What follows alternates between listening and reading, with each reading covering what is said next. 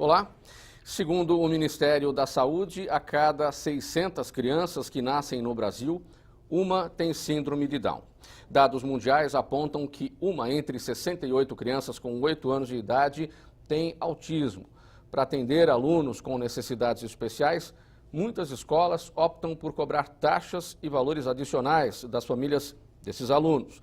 São Paulo ganhou uma lei que proíbe essa prática para garantir a igualdade social dos estudantes com síndromes ou transtornos. Este é o tema do programa Agora é Lei de hoje, com os nossos convidados. Professor Billy, que é do Centro Integrado de Educação de Jovens e Adultos, o CIEJA, Sônia Casarim, do Núcleo de Pesquisa do Instituto Olga Koss, Edith Rubinstein, psicopedagoga clínica, ela é especialista em mediação educacional e faz parte da instituição Seminários de Psicopedagogia, e também o deputado Celso Nascimento, do PSC, que é o autor desta lei. Muito obrigado pela presença de todos aqui nesse programa Agora é Lei. Você vai conhecer agora a história de Pedro Henrique, 21 anos de idade, Down. Hoje em dia ele está bem atendido no ensino público, mas a família já enfrentou cada uma em escola particular. Pedro Henrique compartilha as aulas de taekwondo com outros jovens com deficiência. Hoje eu dei taekwondo, então eu vejo ele empolgado para vir, né? Ele aprende golpes novos, chega em casa, ele quer... A cobrança pelo serviço era feita por hora. Eu, minha esposa, as irmãs deles, né? Mostra para ele o que você aprendeu hoje, explica aí, tá? Então você vê a motivação dele, né?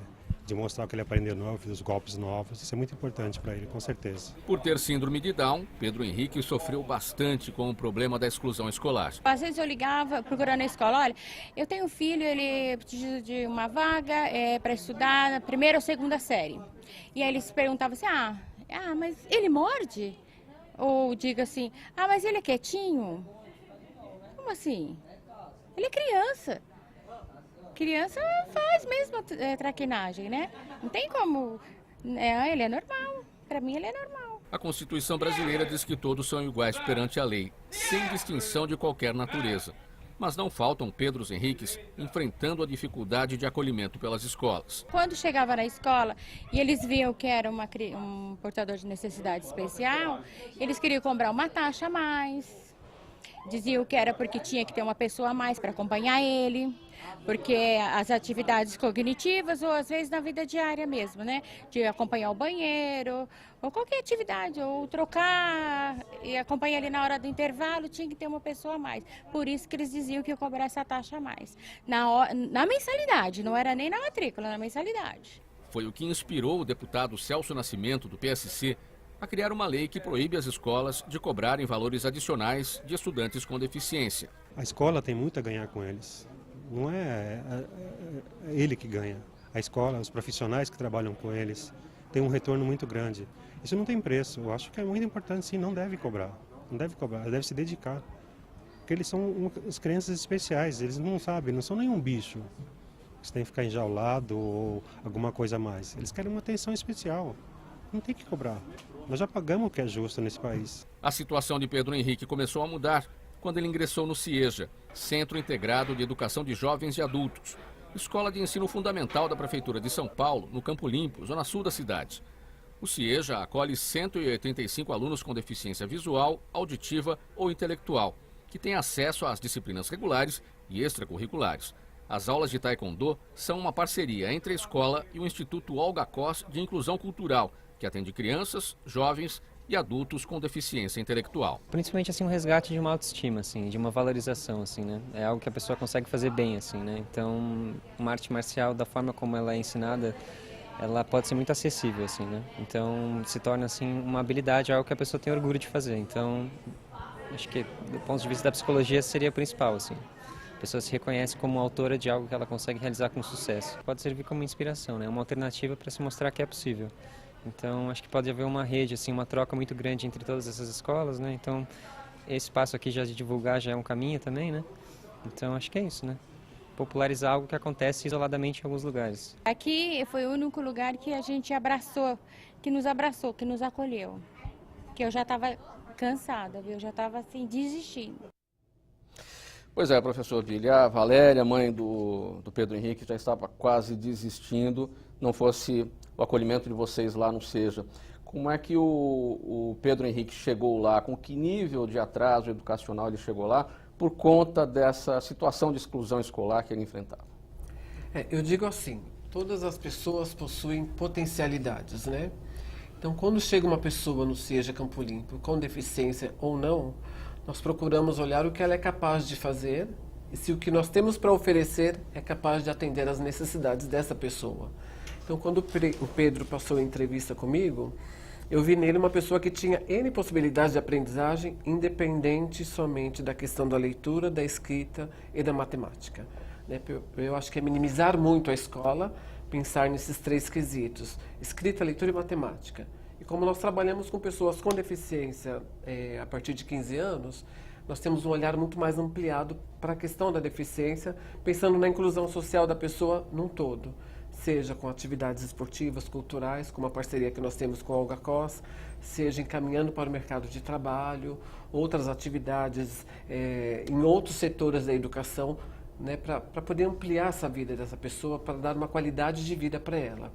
Então ele chegou assim, desacreditado do potencial que tinha, porque ninguém nunca tinha ressaltado para a mãe, seu filho é capaz de fazer isso. Sempre foi falado, seu filho não consegue fazer isso. E por não conseguir fazer isso, por nós termos que precisar de outros profissionais, nós temos que cobrar algumas taxas a mais. Então a mãe estava desistindo nesse ponto. E quando chegou no SEJA, ela falou, olha, isso aqui é um mundo que não existe, deve ser fictícia essa escola, né? Mas ela é real e está lá para todo mundo conhecer.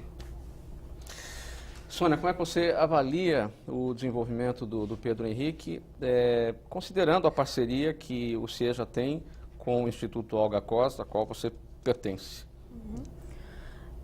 Como são atividades complementares, né? Então não envolve isso, leitura, escrita, né? A matemática, que são tipicamente acadêmicas. O Instituto Olga Cos trabalha principalmente com artes e esportes, né? E aí esportes em artes marciais, né? A gente tem karatê e taekwondo, o Pedro, no caso, ele faz taekwondo. Então, são atividades que utilizam muito pouco essa exigência de raciocínio, de abstração e tudo isso, e vai por outros caminhos onde ele pode desenvolver muitas habilidades. Então, são caminhos alternativos, né? Então, ele tem oportunidade, nessa parceria, de explorar aquilo que ele tem como potencial, realmente. Não exigindo o que é deficitário, mas o que é potencial, o que é capacidade, né? Então, são alternativas, realmente.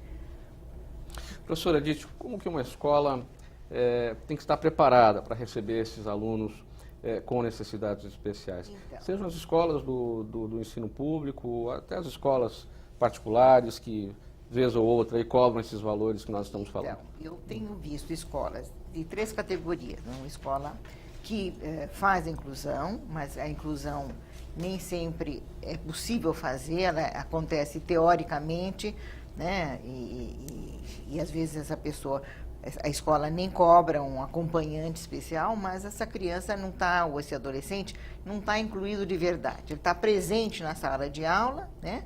São oferecidas atividades acadêmicas, ele não dá conta de acompanhar, mas ele está ali incluído de uma maneira fictícia, né?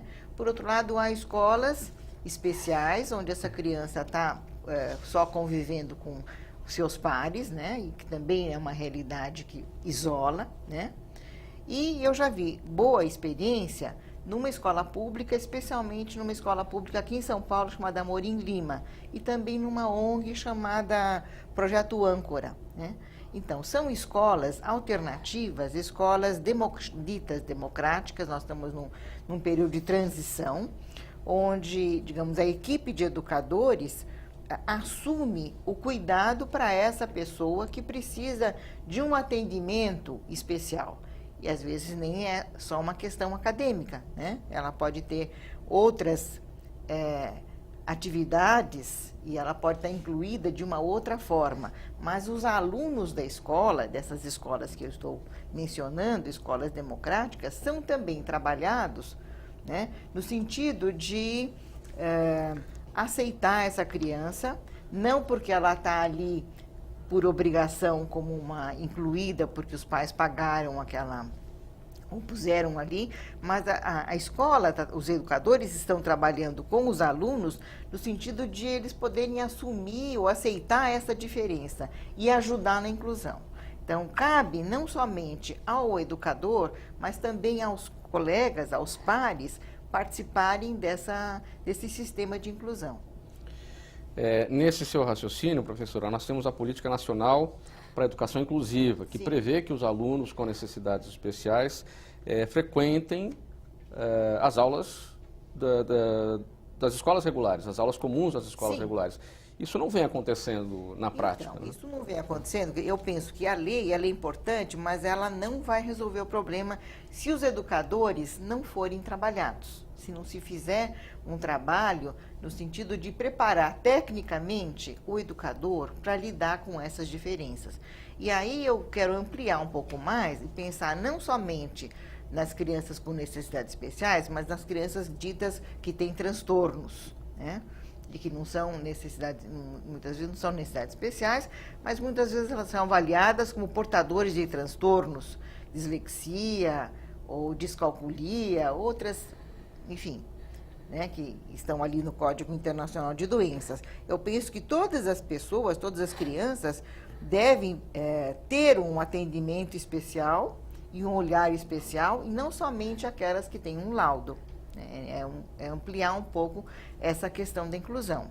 A escola tem que ser para todos e também atender singularmente a cada um que precisa de um atendimento diferenciado. Mas para isso, a escola como sistema tem que ser trabalhada, não somente o professor. O sistema da escola, a rede, né, de quem atende, de quem trabalha com essa situação, tem que estar ali presente. Deputado Celso Nascimento, o que o seu olhar de legislador viu em relação a essa questão da cobrança das taxas, de valorizar mais das famílias desses alunos especiais? Eu vi exatamente o olhar da mãe do Pedro, exatamente o olhar de outras mães dentro do nosso estado, de outros pais, que veem a grande dificuldade de ter um filho que eles amam de igual forma. Porém, este filho tem aí uma síndrome, um transtorno, gastam já um pouco a mais, pelo cuidado a mais especial para com esta criança. E quando chega o momento de levá-la a uma educação, porque o desconhecimento leva à ignorância. E muitas vezes, eu vi a professora dizendo que os educadores precisam se especializar. E precisam em todas as áreas. Nós vemos hoje uma educação muito deficitária. E a educação deficitária já está no campo dos tidos como os normais. Os especiais, então, sofrem ainda mais. Então, diante desse quadro que o Pedro viveu, que a sua família viveu, de chegar num determinado lugar e ter que pagar a mais para poder ter o filho ali em condições de aprendizado, de estudo, e pela ignorância, perguntar aos pais se o filho morde, se ele fica quieto, isso mostra total desconhecimento do que é uma síndrome de Down, do que é um transtorno. Então, nós percebemos que hoje a educação nossa está debilitada em muitas áreas e ainda muito mais difícil para a família que tem uma criança com uma situação especial, ter que pagar o dobro, porque geralmente pagava-se a mensalidade em dobro, mas pagava-se já a matrícula em dobro. E nós estávamos trabalhando justamente, porque se fala muito de inclusão, mas nesta área nós vimos uma separação. Se a escola tiver uma programação, uma organização financeira antes das matrículas, ela já pode dizer assim, bom, nós teremos tantos alunos que poderão ser atendidos com tais deficiências, com tais síndromes, com tais transtornos, e teremos profissionais para atendê-los, e a demanda deste acompanhamento especial já ficaria embutido no contexto geral. Ou seja, um aluno que é dito como normal paga R$1.000 a mensalidade, então se ele pagar R$1.002, R$1.005, ele vai dar condições para que aquele que tenha dificuldade, aquele que está vivendo essa questão do transtorno, pague os R$1.005 também. ou seja, não pagar 2.000, porque geralmente pagava em dobro. E nós vimos que essa questão, muito bem apresentada na reportagem inicial, mostra que esta mãe do Pedro e tantas outras mães de tantos outros Pedros vivem essa dificuldade. E diante disso nós pensamos na lei, propusemos esta possibilidade que foi muito bem aceita na casa e hoje então se torna lei mesmo. E agora as escolas têm que se programarem, se organizarem para um atendimento especial. A gente parabeniza essas instituições que hoje ajudam de uma forma maravilhosa, mas eu estava dizendo aqui a professora que as vagas são pequenas e para muitas delas os recursos são difíceis de chegar. Então nós temos, segundo a estatística, uma quantidade enorme, uma demanda enorme, mas o atendimento mesmo é mínimo, porque falta condições, preparação, pessoas especiais para cuidar de tão importante causa que é cuidar das crianças especiais. Também porque a diversidade é imensa, né? O preparo para atender todo o leque de necessidades especiais é muito amplo, né? Então o preparo é muito complexo. Aqui na TV Assembleia SP, você acompanha o programa Agora é Lei. Estamos falando hoje da lei de autoria do deputado Celso Nascimento, do PSC, que garante igualdade social dos estudantes que possuem síndromes, possuem transtornos no sentido do pagamento das escolas. Nós vamos para o intervalo, voltamos em seguida. Até já.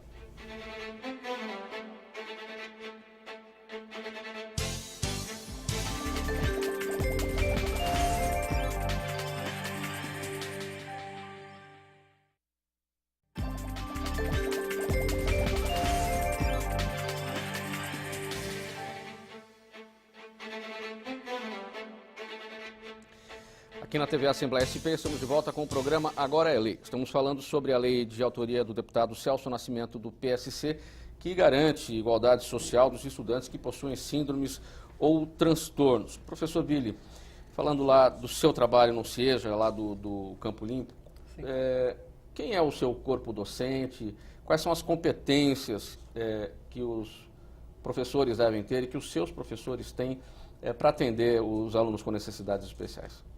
Então, no CIEJA nós temos em torno de 1.200 alunos, divididos em 6 períodos de atendimento, e dentre esses 1.200 temos aproximadamente 185 pessoas com alguma deficiência.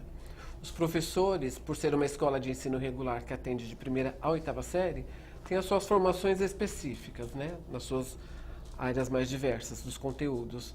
E temos os professores especialistas, eu que sou especialista em deficiência intelectual, com mais uma outra amiga, uma especialista em deficiência auditiva e outra especialista em deficiência visual. Para o restante do grupo, que é no total de 38, nós temos as sextas-feiras da escola que são livres para os nossos momentos de formação e transformação da prática docente. Porque os professores, eles já são formados, né? Se quer ter ou não uma formação nessa área de pessoas com deficiência, aí a pessoa tem que ter habilidade para isso também. Né? A Prefeitura de São Paulo oferece inúmeros cursos, né, de formação, de especialização, e muitos professores não querem. Né? Por outro lado também, por esse grupo, esse número grande de pessoas, eu percebi a necessidade de atender essas famílias. Essas famílias têm questões, ela precisa de respostas, ela precisa de informações para transformar a sua vida e a vida do seu filho dentro de casa e na sociedade. Então, em 2007, eu criei o projeto Café Terapêutico, que é um grupo de pais, alunos e amigos em busca de uma sociedade realmente inclusiva. Então, com a presença da mãe, do pai, quando possível, do filho, já que ele é jovem e adulto a partir de 15 anos, e presença de parceiros, que nós temos, assim, no mínimo 140 parceiros dentro da escola. Quando eu falo isso, as pessoas pensam, mas a sua escola não é pública? Eu falei, é pública. É gestão democrática, participativa, escola literalmente aberta. Todas as pessoas entram, todas as pessoas que entram tornam-se parceiras porque acreditam no nosso trabalho. Então, esse grupo de mães é um grupo muito forte. Tornou-se referência na cidade de São Paulo, já ganhei vários prêmios por isso. mas acredito que é um trabalho que qualquer escola pode fazer, desde que ela queira fazer um trabalho, como diz na legislação, escola de qualidade para todos. Então, quando fala todos, são todas as pessoas. Só que aí eu abro aspas para uma questão. Dependendo da idade da pessoa, dependendo da pessoa, a escola não vai mais fazer diferença na vida dela. Porque quando nós pensamos em inclusão, a primeira coisa que vem é escola.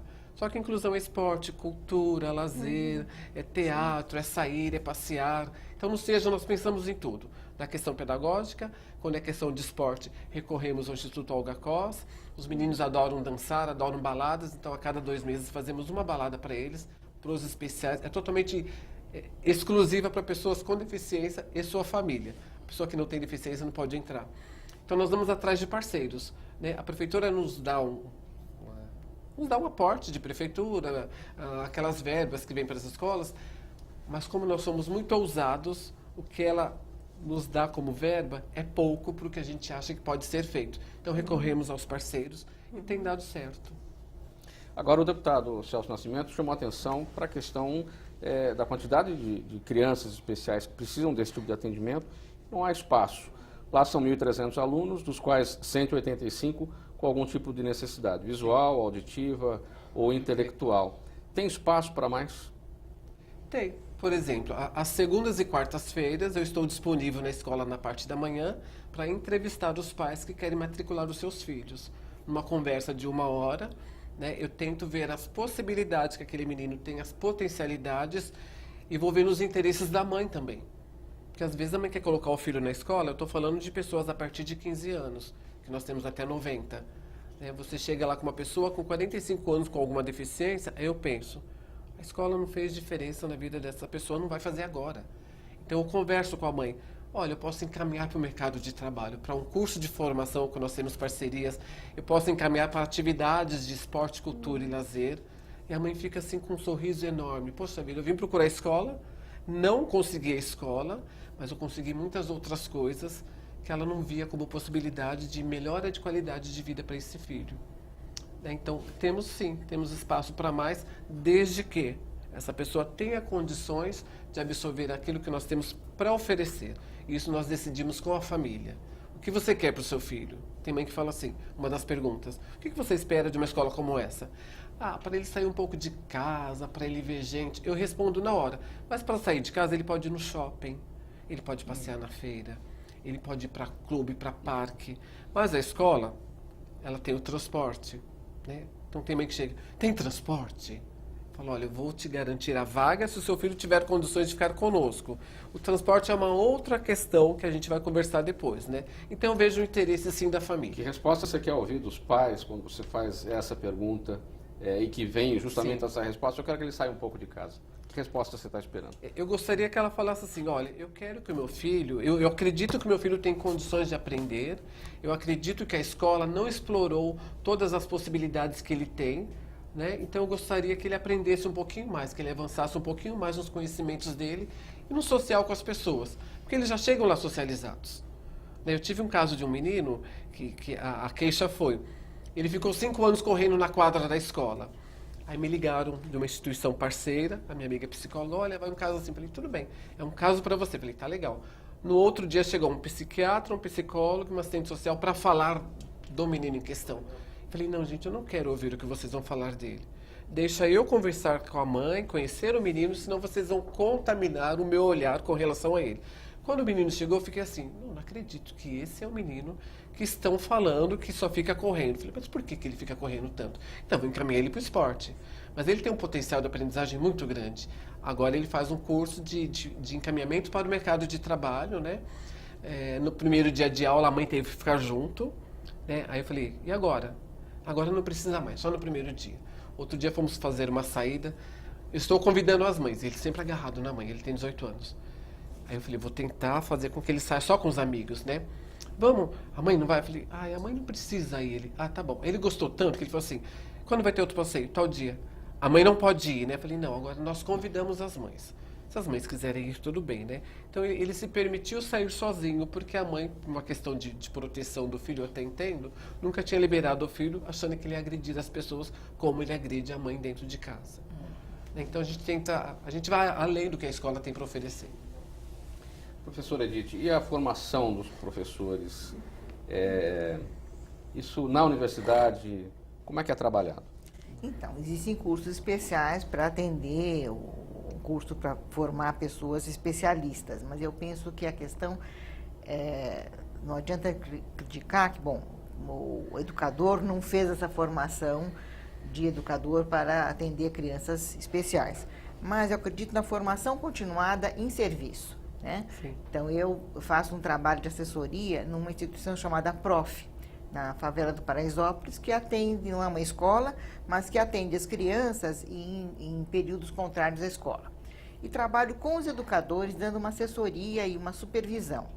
E ali, com essas pessoas que são pedagogos, né, a gente vai discutindo e encontrando possíveis caminhos com a equipe toda para encontrar caminhos alternativos para aquela criança que não conseguiu se alfabetizar, que é um adolescente. Então, o que ela pode fazer?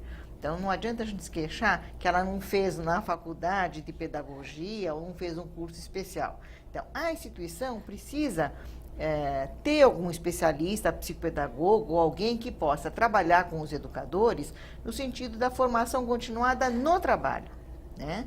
É possível fazer isso. E também trabalhar com a discussão do coletivo. São escolas que trabalham numa abordagem cooperativa e democrática, onde a equipe toda assume esse trabalho de lidar com as diferenças. Aí não são só crianças com deficiência mental, intelectual ou outro tipo de deficiências, mas são crianças que não estão se encaixando por N razões. Então, cabe à escola, independentemente da formação, criar esse espaço de formação continuada no serviço. Perfeito. Acho que esse é o único caminho, né? E eu tenho visto, assim, me entusiasma de ver os educadores que discutem entre si e encontram caminhos e vibram com aqueles caminhos que não estavam na formação anterior que eles tiveram, né? Então, eles estão ali nessa formação continuada, lendo, discutindo, encontrando caminhos.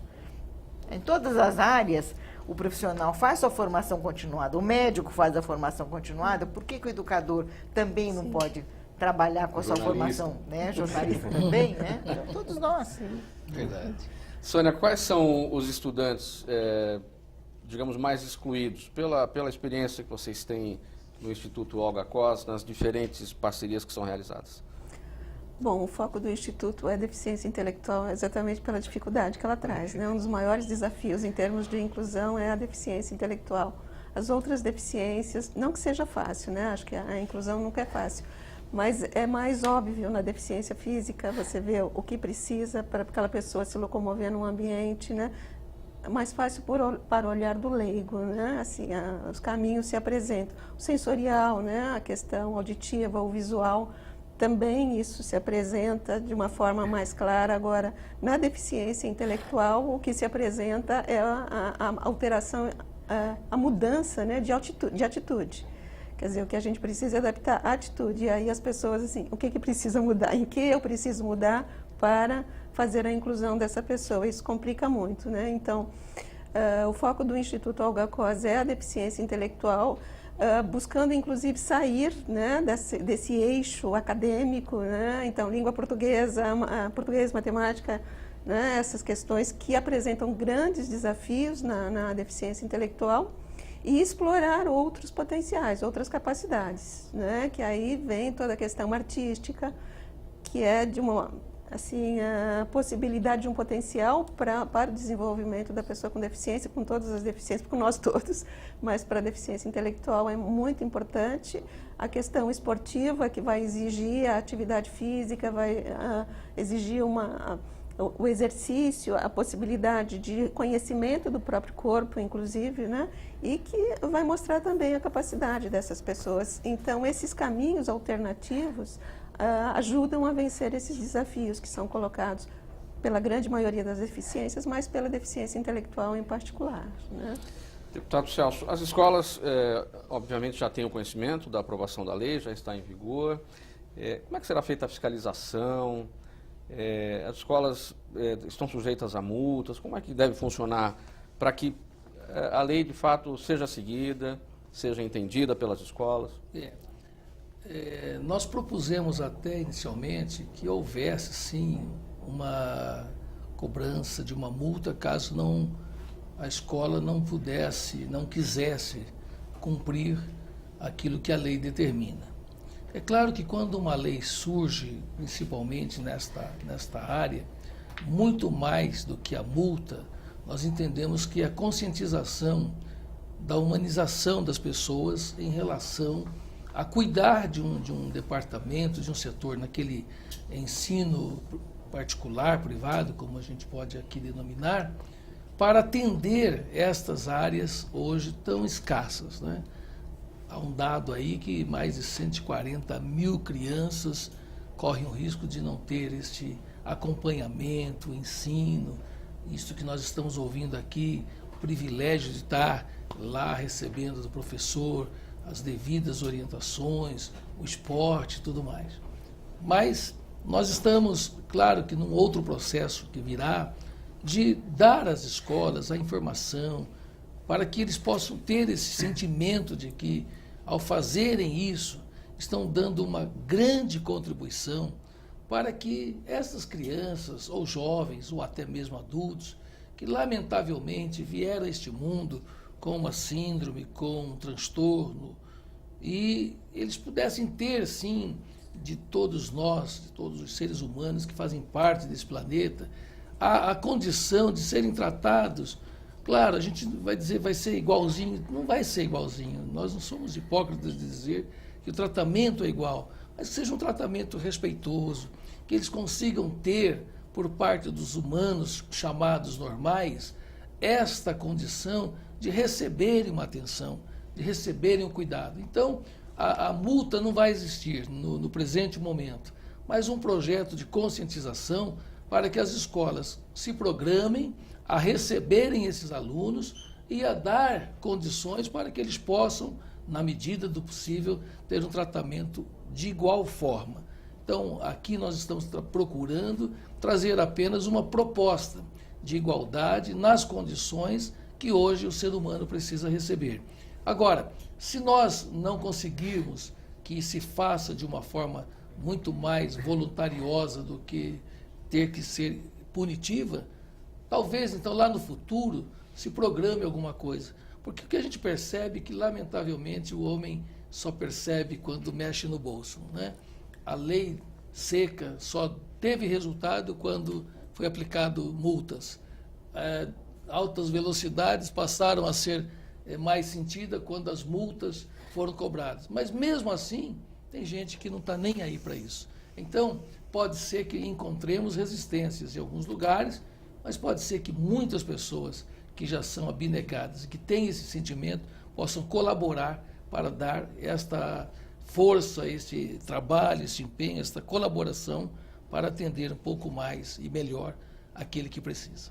Você está na TV Assembleia SP, este é o programa Agora é Lei. Estamos falando da lei de autoria do deputado Celso Nascimento, do PSC, que garante a igualdade social dos estudantes com síndromes ou transtornos. Nós vamos para mais um intervalo e voltamos em seguida com essa discussão. Até já.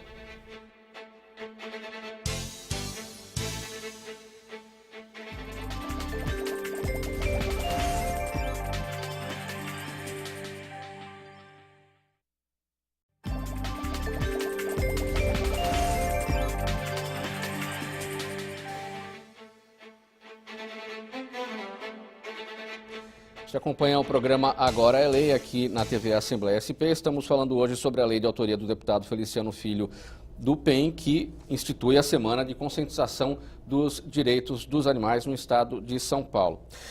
Rosângela, qual é o gasto médio mensal para se manter um animal doméstico? Isso varia muito conforme o porte do animal? Como é que faz essa conta? Conforme o porte do animal, a idade do animal, a espécie. Hoje você tem rações super prêmios, rações...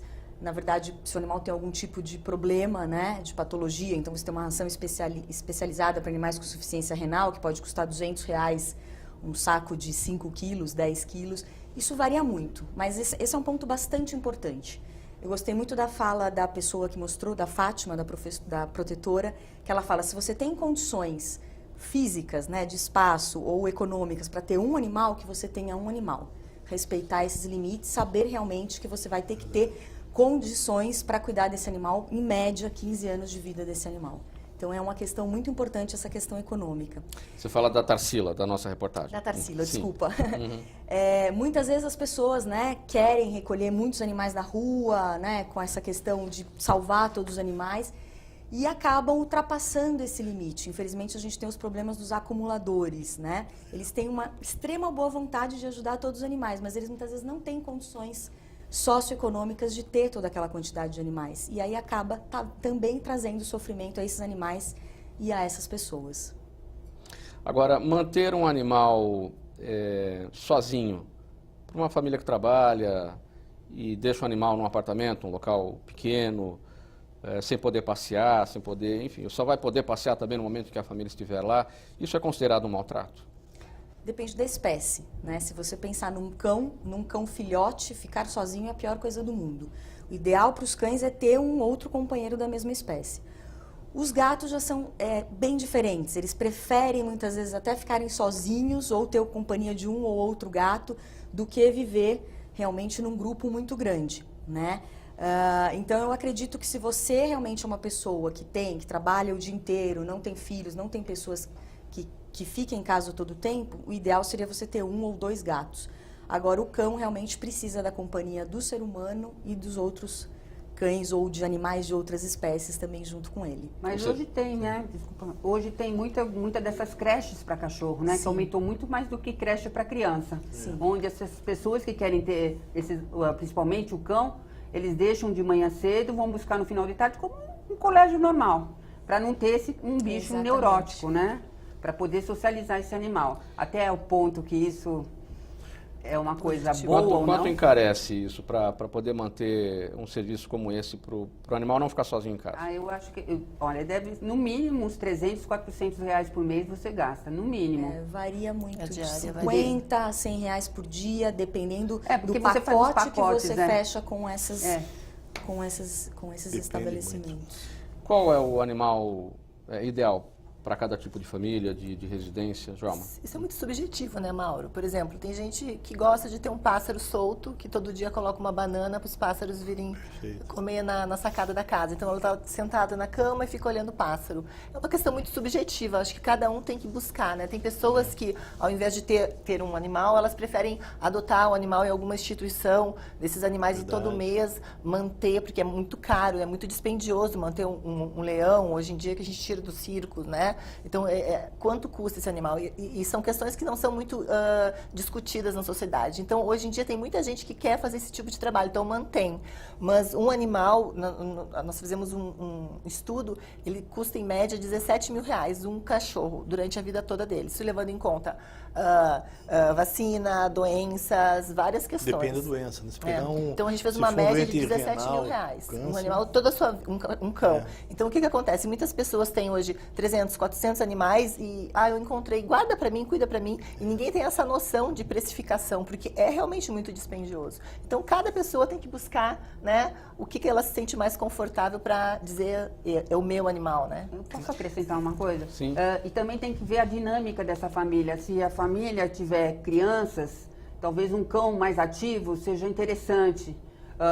Pessoas idosas, um cão mais passivo, ou um gato, ou um outro bichinho, pode ser até um silvestre. Então, a gente tem que olhar patologias também. Tem crianças com problemas, adultos com problemas. Então, a gente tem que sempre procurar um comportamentalista animal na hora que você for adotar, para ver se esse animal se encaixa na dinâmica. Porque, às vezes, é sofredor para os dois, tanto para a família quanto para o animal. Por isso que existe, às vezes, muito abandono também. A pessoa ou aquele local que oferece a adoção geralmente está preparado para dar esse tipo de orientação para quem vai adotar? Olha, eu não sei, mas eu posso agora eu estou na Eu resgatei, Mauro, mais de 3 mil animais, né? Eu acho que não tem na história da humanidade. Eu não fiz outra coisa de 2001 para cá. Eu resgatei muito, eu tinha praticamente quase 1000 resgates gravados. Você tem uma ideia, porque eu apresentava um programa, o programa foi montei para conscientização. Agora, é importante colocar, eu acho que ficou faltando, que 2 pontos importantes. Saiu numa revista importante, Circulação Nacional, há uns meses atrás. Hoje nós temos, para você ter uma ideia, 48 milhões de crianças no Brasil contra 52 milhões de cães. Nós dizíamos isso nas reuniões nossas há 10 anos atrás. Se não for tomada uma providência rápida, isso vai piorar muito. A USP ela fez uma pesquisa na cidade de São Paulo em 2004 e 2010, ou seja, nesse período de 6 anos, a população humana cresceu 3,6%. Nesse mesmo período, a população canina cresceu 60%. E a felina 152%. Nós não tivemos um controle populacional efetivo, uma castração em massa por saturação, privilegiando as fêmeas, obviamente. Nós teremos dentro em breve, até 2030, nós teremos mais cães e gatos do que gente. E a questão dos animais não é só uma questão humanitária, é de saúde pública, de meio ambiente e de respeito ao dinheiro público. Essa situação implicará em mais abandono. Mas, veja bem, eu gostava muito de fazer estatística. Eu garanto para você que 70% dos animais que estão nas ruas são perdidos. Abandonados não chega a 18%. Eu sei porque nós tínhamos um sistema de identificação e toda vez que a gente resgatava um animal que tinha o sistema, era animal perdido. Quando ligava para as pessoas, nós começamos a criar índice. Quando nós doávamos uma média de 300 animais mês do Centro de Controle de Zoonose, nós fazíamos 7 feiras de adoção por semana. Né? Chegamos a doar 87 cachorros numa feira, para você ter uma ideia. A perua saía com 80 cachorros, distribuindo nas 3 feiras. Tinha uma equipe de 54 pessoas, equipe azul, equipe vermelha, equipe amarela. E as pessoas me diziam o seguinte: mas qual o índice de sucesso da adoção? Né? Aí, naquela época, não existia a minha lei. Então, se deixar nos zoonoses, eles vão morrer. Né? E se a gente, pelo menos, vai ter uma chance. Então, qual é a preocupação com o índice de sucesso? Mas ainda assim nós fizemos. O índice de insucesso ele girava em torno de 5% a 7%. Isso no primeiro ano, porque depois, conforme vai ampliando, muitos são velhos, já morreram, então, ou o filhotinho pegou. Então, conforme você vai abrindo o gráfico, o ano vai aumentando o índice de insucesso. Mas, né? Então, nós fizemos isso há muito tempo. Então, o importante, eu acho que dentro dessa questão da causa animal, nós temos que nos atentar à questão de cães e gatos para o controle populacional mais do que urgente. Para cada dólar investido hoje, a médio e longo prazo significa 14, 20, 25 dólares que nós vamos economizar. Ou seja, porque a progressão ela é geométrica, ela é exponencial, ela não é aritmética. Né? Agora, então ela é muito importante. A questão de animais silvestres, eu acho que eu estou sempre em contato com o pessoal do Rancho dos Gnomos, sempre estamos ajudando, estamos juntos e tal. Eu vejo a dificuldade que eles têm, né, com a questão de animais silvestres, falta CRAS, falta política pública para isso, falta na origem, que apanha dos animais na origem, são pessoas que têm uma renda pequena e complementam a renda. Então é criança que faz apanha de animais, sobe na árvore, pega. Então nós temos que resolver uma questão social lá atrás também. Temos que aumentar a fiscalização. Hoje em São Paulo, se a polícia for prender tudo, não tem onde pôr. A polícia sabe onde tem. Né? O problema é que vai prender, vai pôr aonde. Então, hoje nós temos um sistema muito complicado, né? Você pensar na questão do abatedouro, não dá tempo de falar, eu sei, vou correr, mas assim, eu fui a única pessoa da Rio Mais 20 que foi mostrar os malefícios da pecuária de corte na água do planeta. Quer dizer, hoje nós estamos exportando água virtual através da carne. O Brasil é o maior exportador de carne do mundo. Por quê? Porque é o único país do mundo que não computa o custo ambiental. Então, para favorecer os grandes grupos empresariais, a custa da futura fome e sede do povo brasileiro. Você vê o que está acontecendo na economia hoje, por questão ambiental, questão de tudo isso, por conta do desequilíbrio, né? Por conta da água virtual, mas não dá tempo de ler o programa inteiro para falar sobre isso. Então, eu acho que assim, eu acho que o que está faltando realmente, e a gente estava feliz que as coisas estavam caminhando um pouco mais. Agora, com essa turbulência que o Brasil está enfrentando, entra a recessão, a primeira coisa que faz, quem sofre é o bicho. Eu vou levar no veterinário, já não levo porque custa. Porque tudo custa caro. Você pegar um cachorro doente renal, um animal com câncer, custa uma fortuna para você poder curar o animal. Né? Então, tem medidas paliativas. Né? Então, eu acho que hoje, no momento, nós temos que torcer muito, rezar muito, para que o país melhore. E eu acho que um ponto que eu acho que a Joelma colocou, com relação à pressão da sociedade, você tem total razão, porque quando eu fiz a lei antitestes, eu lembro que essa lei foi logo depois da questão do Instituto Royal, tal, aconteceu tudo aquilo, nós conseguimos aprovar, chamei a comissão de seccionista que nós criamos aqui na casa, montamos a lei, colocamos, foi aprovada aqui. Quando foi para sancionar, a indústria caiu em cima do governador. Se não fosse a sociedade, colocou hashtag se mobilizando, o governador recebeu quase 20 milhões de solicitação, onde ele tinha faixas, né, PL 777, sanciona Alckmin. Então, acho que é o que precisa aqui para frente, a gente se mobilizar e continuar trabalhando. Olha, gente, o tempo do programa está acabando, nós temos ali 4 minutos, então 1 minuto para cada um fazer a sua avaliação sobre a lei. Nós destacamos aqui, Joelma, com você primeiro. Então eu acho que é importante não só ter uma semana para a gente se conscientizar desses problemas, mas todos os dias. Se todos os dias a gente pensar, puxa vida, quanto essa carne esse quilo de carne que eu comprei custou no sofrimento de um animal? Quanto é que gastou de água? As pessoas não se questionam sobre isso. E a gente tem o advento da internet e, infelizmente, as pessoas não procuram se informar. Então, eu acho que é muito importante, não só uma semana, mas todos os dias a gente conseguir... Cada dia a gente sai de casa e pensa assim, o que eu posso fazer para ajudar um animal? Dirigir numa menor velocidade numa rodovia para não atropelar um animal de grande porte, uma onça, uma sussuarana. São questões muito importantes, Mauro, que as pessoas não pensam. Então, é esse que é o movimento social para ajudar os animais. Pensar o que cada um pode fazer um pouquinho. Rosângela, sua avaliação final, até 1 minuto. Eu acredito que essa lei é importante, né, de criar essa semana de conscientização, até para focar as atividades e focar toda a mídia, colocar na agenda realmente tanto do governo quanto da mídia, essa questão dos animais. Quem já trabalha com animais já está conscientizado, né? Mas é muito importante a gente conscientizar aquela população que não pensa que o animal é uma coisa, né? É muito importante a gente levar essa conscientização que eles são seres sencientes, que eles sofrem, né? Essa questão do sofrimento psicológico também desses animais, de todas as espécies animais de produção, os animais, os cães, os gatos, os animais silvestres, e tentar conscientizar as pessoas para que elas tenham ações onde elas vão não ocasionar maus tratos. Então, quer ter um animal? Já pensar em priorizar a adoção, né? Por que eu vou comprar um cão e gato, sendo que existem milhares de animais esperando por um tutor responsável dentro do Centro de Controle de Zoonoses, dentro dos abrigos. Então, eu acho extremamente importante essa iniciativa e essa lei dessa semana de conscientização. Obrigada. Agora, com a Silvana, sua palavra final e também da Chanel, né? Ao final dela. A Chanel passou para mim, né, a palavra, que ela é muito inibida. Mas, assim, eu concordo com o que vocês falaram e também quero acrescentar, assim, que hoje em dia está saindo muitas pesquisas científicas sobre o benefício do animal.